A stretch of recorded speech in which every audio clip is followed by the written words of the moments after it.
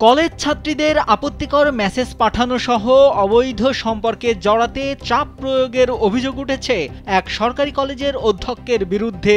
আপত্তিকর এমন মেসেজের স্ক্রিনশট সামাজিক যোগাযোগ মাধ্যমে ছড়িয়ে পড়লে তা ভাইরাল হয়।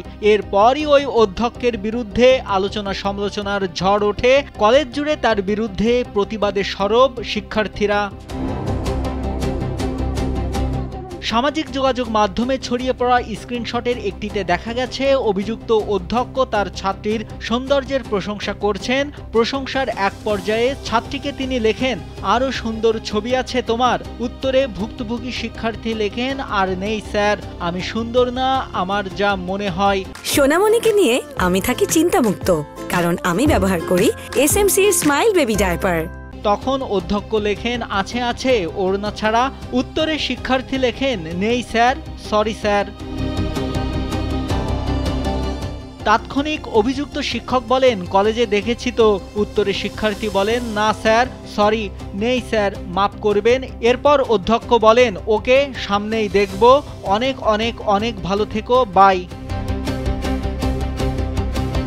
চাঞ্চল্যকর এমন অভিযোগ উঠেছে নওগাঁর সরকারি কলেজের অধ্যক্ষ শামসুল হকের বিরুদ্ধে। ভাইরাল হওয়া আর এক স্ক্রিনশটে দেখা যায়, নতুন বউ সাজে দেখা করলে না। উত্তরে ছাত্রী বলেন, স্যার, ভীষণ ব্যস্ত ছিলাম, স্টল থেকে বের হওয়ার সময় পাইনি। আজকে আমাদের স্টলে সবচাইতে বেশি সেল হয়েছে। এরপর শামসুল হক লেখেন, আমি তোমার বিউটি থেকে বঞ্চিত হলাম।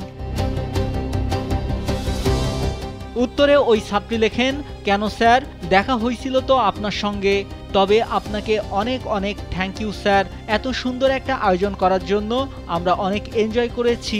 উত্তরে অধ্যক্ষ লেখেন, আমাকে দেখা দিলে আমিও করতাম। এবার জবাবে ওই শিক্ষার্থী লেখেন, সরি স্যার, আজকে খুব ব্যস্ত সময় কেটেছে। এরপর শামসুল হক প্রশ্ন করেন, কবে দেখা দিবে ওই একই সাজে। অধ্যক্ষের এমন আপত্তিকর কথোপকথনের বিষয়ে জানতে চাইলে ক্যামেরার সামনে কথা না বলার শর্তে কয়েকজন শিক্ষার্থী জানান, অভিযুক্ত শামসুল হক প্রায়ই তাদের সঙ্গে ব্যক্তিগতভাবে দেখা করার আবদার করতেন। তারা এসব বিষয়ে কৌশলে এড়িয়ে যাওয়ার চেষ্টা করতেন। এক পর্যায়ে বিষয়টি বুঝতে পারলে তিনি অনেককে কলেজ থেকে টিসি দিয়ে বের করে দেওয়ার হুমকিও দেন।